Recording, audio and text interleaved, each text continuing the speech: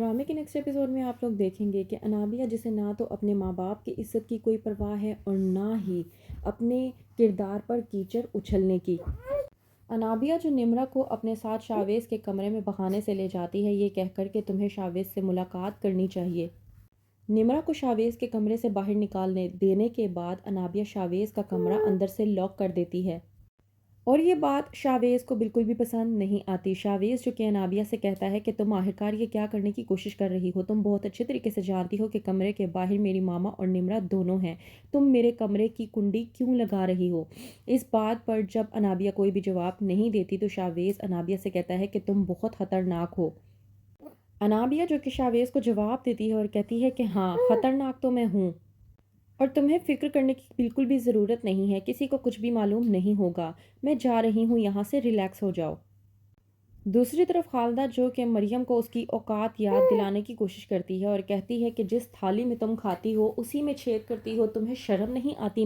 میرا خیال نہیں کیا تو کم از کم اپنے بابا صاحب کا ہی کر لیتی، کتنا دکھ ہوگا انہیں جب انہیں معلوم ہوگا کہ تم ان کی بیٹی کے حق پر ڈاکہ ڈالنے کی کوشش کر رہی ہو۔ ان سب باتوں کے بارے میں جب اویس کو معلوم ہوتا ہے تو وہ یہ برداشت نہیں کر پاتا کہ کس طرح سے اس کی ماں نے مریم کی بے عزتی کرنے کی کوشش کی ہے۔ اویس جو کہ مجبور ہو کر اپنی والدہ خالدہ سے کہتا ہے کہ ٹھیک ہے، میں انابیہ سے شادی کرنے کے لیے تیار ہوں، یہی چاہتی تھی نا آپ، لیکن آپ بھی میری ایک بات کان کھول کر سن لیں، میں مریم کے حصے کی محبت کبھی بھی انابیہ کو نہیں دوں گا، کیونکہ میری محبت مریم ہے اور ہمیشہ وہی رہے گی۔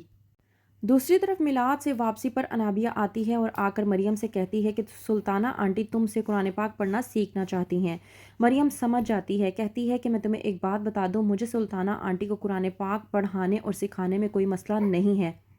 لیکن تمہارے دماغ میں جو شیطانی باتیں چل رہی ہیں نا، میں تمہیں پہلے ہی بتا دوں، میں تمہارا کسی بھی قسم کا کوئی بھی ساتھ نہیں دینے والی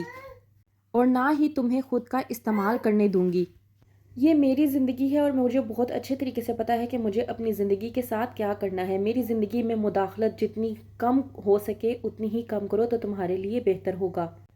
اس بات پر انابیہ جو کہ کہتی ہے مریم سے کہ یہ تمہاری غلط فہمی ہے، تمہاری زندگی بھی میری زندگی ہے اور تم وہی سب کچھ کرو گی جو میں تمہیں کرنے کے لیے کہوں گی، اس لیے آواز اپنی نیچی رکھو اور جو میں کہتی ہوں، جیسے جیسے کہتی ہوں ویسے کرنے کے لیے تیار ہو جاؤ۔ یہ سب کچھ کہنے کے بعد انابیہ جو کہ اپنے کمرے میں چلی جاتی ہے، پہلے تو بہت زیادہ خوش ہوتی ہے کہ اس نے شاویز کی ماں کو پٹانے کی پوری کوشش کر لی ہے اور اس کی ماں بہت جلد اس سے راضی بھی ہو جائے گی، لیکن بعد میں وہ ان سوچوں میں گم ہو جاتی ہے اور پریشان ہو جاتی ہے کہ اگر شاویز کی والدہ سلطانہ اس کے گھر میں آنا شروع ہو گئیں اور مریم سے قرآن پاک پڑھنا سیکھنا شروع ہو گئیں تو کہیں ایسا نہ ہو جائے کہ انابیہ اور اویس کے بارے میں انہیں